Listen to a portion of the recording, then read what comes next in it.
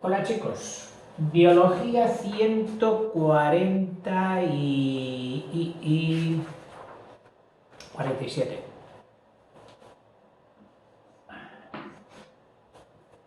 Bueno, entramos, digamos, en una ensenada, como si fuéramos navegando, de cierta tranquilidad de las aguas.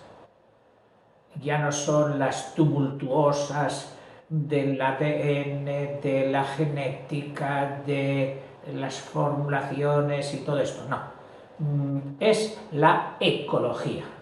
Y no es que quiera con ello darle un cariz de segunda clase, no. Básicamente se ocupa de las relaciones entre seres vivos y entre los seres vivos y el ambiente. Y esto es fundamental para la vida. Ya hemos visto que nosotros sin el ambiente no somos, que somos cuando unimos nuestra esencia más ambiente. Vamos, recordando algo como lo que dijo Ortega y Gasset, dice: yo soy yo y mi circunstancia. Pero todo ello, yo y mi circunstancia, somos el yo. Bueno, pues lo mismo pasa con la ecología. Las intrincadas, aunque no complicadas de entender, relaciones entre los seres vivos y su interdependencia. Algo que nos tiene un poquito con la alarma encendida de lo que estamos haciendo con el resto de seres vivos y con nuestro ambiente. Calentamiento global, desaparición de las especies, etcétera, etcétera.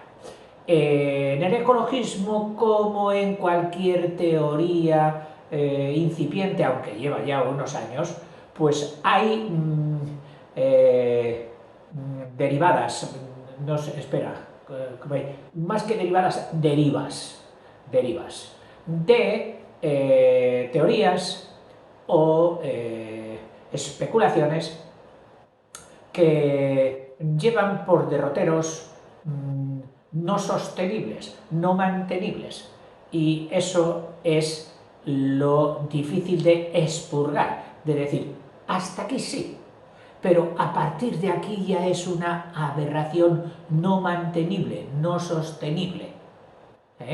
Una de las causas, digamos, que más contribuyen a este maremándum revuelto de la ecología es si el ser humano, el ser predominante dentro de la creación del globo terráqueo, no sabemos lo que hay en el espacio, pero dentro de la creación de este globo,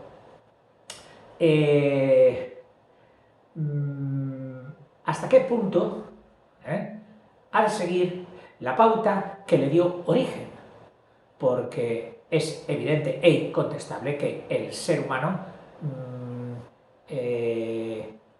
utilizó y se alimentó del resto de las especies, tanto vegetales como animales, y que precisamente lo más denostado hoy, lo más puesto en el punto de mira es la ingestión de proteínas, la ingestión de proteínas de origen animal,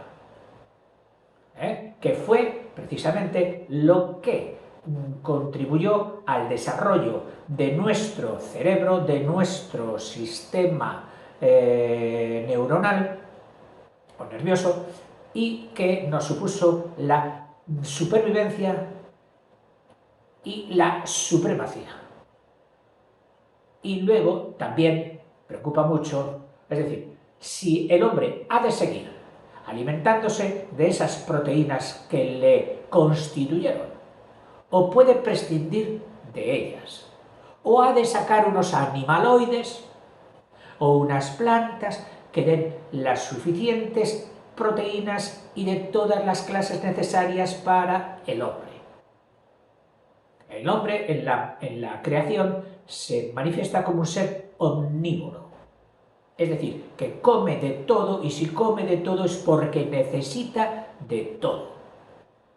Y relegarse a comer parte de ese todo, aunque sea con sustitutivos. Mire, usted que es vegetariana, tómese este sustitutivo que lee, será de... Eso ya es, digamos, una terapia forzada y a ojos de muchos, pues sería innecesaria. Sensibilidades. El ser humano ha de hacerse sensible porque entonces es más persona y es más ser humano. Pero ¿hasta qué o en qué momento esa sensibilidad pasa a ser sensiblería?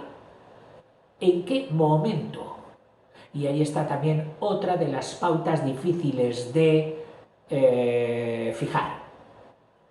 Que por supuesto, siendo tan complicada las relaciones que se dan en el globo, no serán quizás esas pautas en unos ambientes, en unas sociedades, que en otras.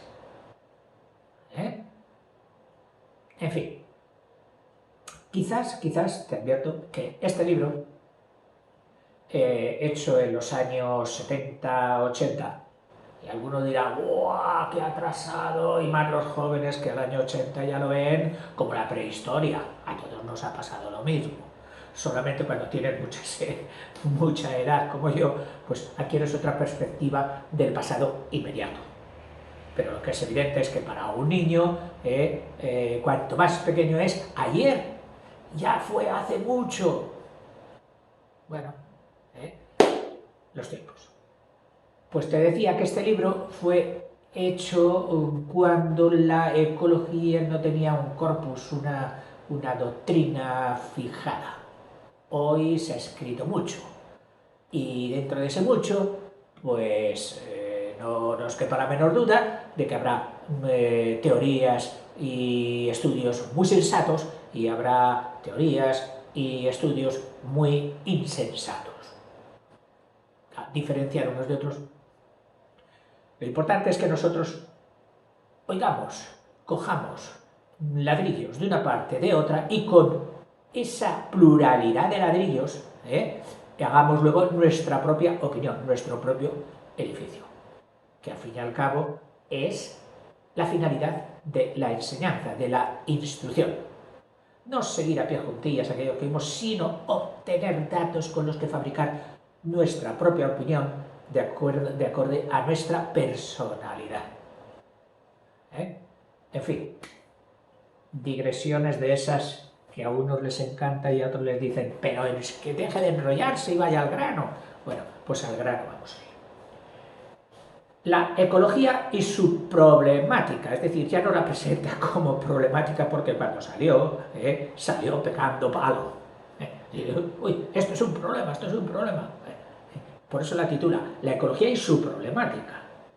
Y luego, como punto técnico, el ecosistema. El ser vivo como ser en relación. Es decir, no podemos concebir un ser vivo solito, no. Ni siquiera solo con actividades reflexivas, para mí, conmigo, en mí, no.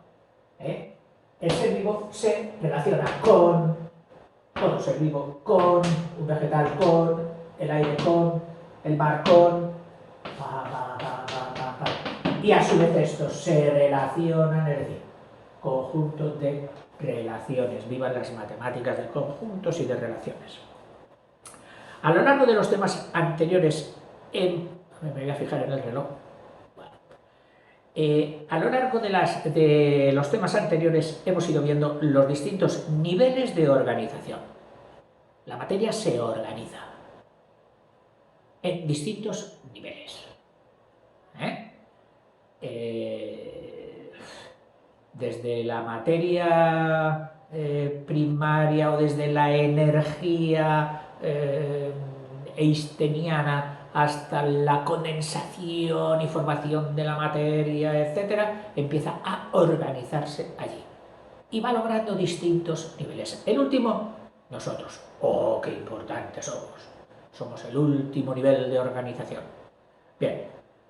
A lo largo hemos ido viendo los distintos niveles de organización de los seres vivos, desde los átomos, me he adelantado más, desde la energía, y moléculas que de las que todos ellos se componen, perdón, y moléculas de que todos ellos se componen, a los individuos, a través de los niveles celular y pluricelular. Pero todavía existe otro nivel de complejidad. Ah, vaya, o sea que no somos los más importantes. No, somos el último escalón, el sumum.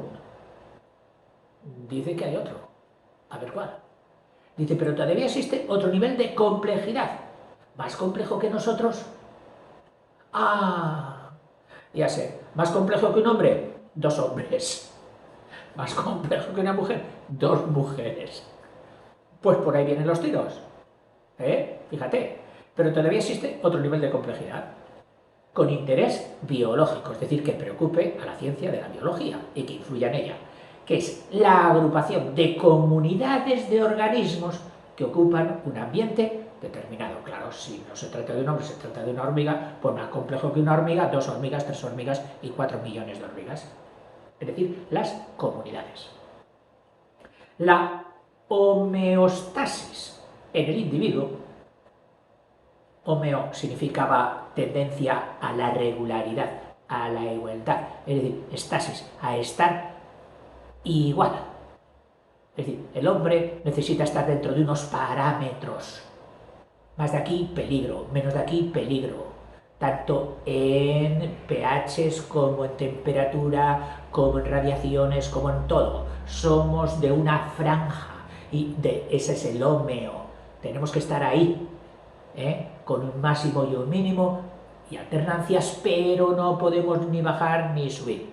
La salida al espacio presenta pues estas dificultades. Las mayores son las de conservarnos dentro de nuestra franja de homeostasis. Dice que es el sistema de controles y equilibrios que lo mantienen estable, que lo mantienen dentro de esa franja.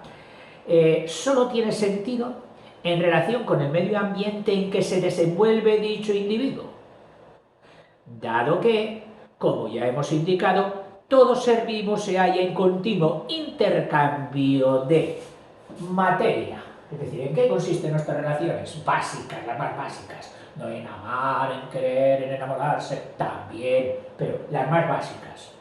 ¿En qué ¿cómo se dice? Se concretan. ¿En qué se concretan? Dice, pues en un continuo intercambio de materia y energía con el medio que lo rodea. Es decir, ahí están la nutrición, la reproducción, el calor, la luz, etc. Ahora bien, dicho intercambio de recursos materiales y energéticos, yo tomo garbanzos, les cojo la energía y voy viviendo. Yo cojo la planta coge la luz y vamos viviendo. Bueno, dice, dicho intercambio de recursos materiales y energéticos entre los seres vivos y su medio ambiente es una condición necesaria pero no suficiente para la supervivencia, ya que también se precisa una condición negativa. Vaya, o sea que no solo basta esto de tal, no. Hay otra consideración que empieza por el no. Esta consideración de intercambio de materia y energía percibe, sí, has de intercambiar materia con, has de nutrirte, has de esto, has de lo otro. Pero hay otra, en el campo de lo negativo, que te dice, pero ojo, además de darse estos síes, vigila que no se dé ninguno de estos noes. En el campo negativo, que te dice, la ausencia de circunstancias ambientales desfavorables para los organismos que tienen que soportarlas. Es decir, tienes que tener en cuenta que no se den circunstancias ambientales desfavorables para los organismos, métete ahí tú, que tenemos que soportarlas. Pues únicamente cuando éstas no existen, es decir, cuando no haya circunstancias desfavorables. y las necesidades de intercambio material energético queden cubiertas, es posible lograr el equilibrio adecuado que permite la vida. Resumiendo, cuando no se den ninguna de esas desfavorables, tanto por arriba como por abajo, y se den las positivas, es decir, cuando no se den las negativas y se den las positivas, es cuando es el sistema adecuado o las condiciones adecuadas que permiten la vida. Tales condiciones no son naturalmente las mismas para todas las especies existentes. Así, y te pone ejemplos, en el Valle de la Muerte, en Java, debido al anhídrido carbónico, al CO2, que sale por las grietas del suelo, en España había una, bueno, no sé si en España, en Europa, los libros cuando te hablaban de esto te hablaban de la cueva del perro, porque en el interior de esa cueva había emanaciones de CO2 que cuando entraba un hombre con un perrito, por el nivel, ya que el CO2 es más denso que el aire, se depositaba invisiblemente y además como tampoco huele, y el hombre, pues respirando la capa alta que era la de oxígeno, pues bien, pero el pobre perrito, y se caía. Y si no lo sacaban de allí rápido, se asfixiaba. Por falta de oxígeno, le llamaba la cueva. Pero bueno, pues aquí en Java, debido al CO2 que sale por las grietas del suelo, no hay ninguna especie animal que pueda sobrevivir. Mientras sí pueden hacerlo numerosas especies de vegetales, ya que para ellas el anhídrido carbónico es su alimento. Como se ve, el factor limitante, el factor que dice hasta aquí, que pone límites al desarrollo de una vida, de una especie, de un individuo, el factor limitante para las especies animales, en este caso la abundancia de CO2, es la abundancia de CO2 para los animales, ese es el factor limitante, no puede haber vida animal ahí, pero que sin embargo no lo es para los vegetales del lugar, ya que, por supuesto, utilizan el CO2 como nutriente en la fotosíntesis. En muchos manantiales, otro ejemplo, en muchos manantiales de aguas termales, esas que salen calientes de la tierra, se da una acumulación más que suficiente de sustancias nutritivas para poder vivir y abundante iluminación. O sea, un animal podría vivir ahí, un pez, una bacteria, pues, etc., ¿no? Sin embargo, debido a la elevada temperatura, que a lo mejor sale a 60, a 70 grados, solo pueden vivir en ellas algunas especies de bacterias y algas verde-azules. En este caso, es la temperatura el factor limitante para todas las especies, excepto para dichas bacterias y algas verde-azules. Las bacterias siempre nos sorprenden. Las bacterias son nuestras punteras de investigación. Lo que nosotros no podemos, ellas lo pueden. Vamos, yo diría hasta convertir la piedra en oro. No pueden las bacterias, no pueden todo. De paja se puede hacer gasolina. ¿Quiénes? Las bacterias. De no sé qué se puede hacer alimento y proteínas. ¿Quiénes? Las bacterias. Son una maravilla. Entre 1910 y 1930, la extensión de determinada, otro ejemplo, la extensión de determinada especie de hongo, se ha propagado ese hongo, acabó con los ricos bosques de castaños del noroeste de los Estados Unidos. Y, como consecuencia, desaparecieron la mayor parte de los jabalíes que los poblaban. Han desaparecido las castañas, que eran su alimento básico.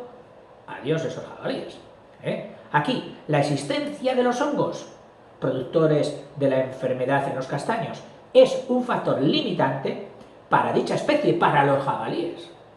No porque les ataque a ellos, no, sino porque ataca a los suministradores de su alimento, que eran los castaños.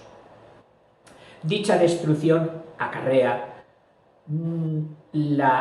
dicha destrucción de castaños acarrea la no producción de los nutrientes, las castañas, de otra especie también, el jabalí, por lo que ésta también desaparece. Para englobar toda la serie de influencias y condicionantes a los que, como vemos, puede estar sometido un ser vivo, vamos a utilizar un nuevo concepto. Repito, para englobar toda la serie de influencias y condicionantes en un solo concepto, lo vamos a llamar, todas las influencias y todos los condicionantes de la vida, lo vamos a llamar con un término ya muy acuñado: medio ambiente. Medio que te rodea, que te envuelve. Y aquí hay dos notas marginales que dicen: respecto a los requisitos nutritivos, requisitos o condicionantes nutritivos, el importante postulado biológico que se conoce como ley del mínimo establece que un organismo no puede subsistir si su medio no reúne todos los requisitos necesarios para su vida, aunque los más de ellos sean satisfactorios. Oye, mira, de todos los requisitos para que subsista esta especie, tenemos de 17, tenemos 16. Pues ya se dará. No, porque el mínimo son 17. Y como falte uno de esos 17, no se dará. Pues qué exigente. La vida es así. Citemos un caso. Supongamos que se suministran a una planta, a un ser vivo, una cantidad, en cantidad adecuada, todos los requisitos físicos y químicos que le son necesarios, menos uno esencial. Por ejemplo, el calcio. Independientemente de lo favorables que sean las demás condiciones, cantidad de CO2, cantidad de agua, cantidad de luz, qué maravilla. Bueno, pues independientemente de lo favorables que sean esas condiciones, al no reunirse las exigencias mínimas de la planta, por falta de calcio, esta no crecerá. Otra nota marginal. No hay que confundir factor limitante, como hemos visto que en un caso era la temperatura y en otro caso era la falta de calcio y en otro caso era la falta de oxígeno para el perrito. Dice, no hay que confundir el factor limitante con factor mínimo. Por factor limitante se entiende aquel factor físico que ha llegado a tal extremo de abundancia o de deficiencia, de superávit o de déficit, ha llegado a tal extremo que imposibilita las funciones vitales del organismo considerado. Aquí hay exceso de ozono, aquí no se puede vivir. Sería un factor limitante. O bien, aquí hay muy poco oxígeno ya. Solo hay un 7% de oxígeno, ahí no se puede vivir. Factores limitantes. Por factor mínimo se entiende la cantidad que se requiere de un elemento nutricional determinado para el normal desarrollo del organismo. O sea, el factor mínimo sería la mínima cantidad de calcio necesaria para que esa planta se desarrolle. Y por debajo de ese mínimo, por eso le llaman la ley del mínimo, no se va a producir. Factor limitante y factor mínimo. El medio ambiente. Todo ser vivo, eso que decíamos, el conjunto de todas las influencias y necesidades. Todo ser vivo está rodeado de multitud de condiciones físicas que pueden ser medidas en términos de tipo de suelo, composición química, presión, tanto atmosférica como hidrostática, temperatura, humedad, luz, etc. O sea, todos son factores mensurables, con aparatitos. Se puede medir todo esto. Cada una de estas cosas tiene su típico aparatito que nos dice sus medidas y sus unidades, etc. A los que dice a todos estos, todo está rodeado por multitud de condiciones físicas que pueden ser medidas en términos de tipo de suelo, como se diga, presión, temperatura, humedad, luz, etc., a los que llamaremos factores abióticos. O sea, una cosa es la vida y otra cosa son esos factores que los rodean. Entre ellos, la luz no es un ser vivo, la presión no es un ser vivo, etc. Por eso los llaman factores abióticos, sin vida, abióticos, sin vida. Así, y ahora vienen los siguientes, así como también están rodeados por un cúmulo de otros organismos vivos que pueden ser descritos en términos tales, por ejemplo, alimento, suele ser productos vivos o producidos por vivos, parásito, depredador, prole, descendencia, bosque, etc., a los que llamaremos factores bióticos. Es decir, en el medio ambiente los hay abióticos y bióticos. Luz, temperatura, presión, y aquí, otros seres vivos que pueden ser descritos como parásitos, depredador, prole, bosque. Estos son los factores bióticos. Pues bien, como medio ambiente de un individuo entenderemos el conjunto de todos los factores abióticos y bióticos y circunstancias que existen en el lugar que habita y con los que se halla en relación. Característica fundamental de cualquier medio ambiente es que nunca está aislado. No, es que, mire usted, en aquel medio ambiente será esto y esto y esto y esto, luego será todo.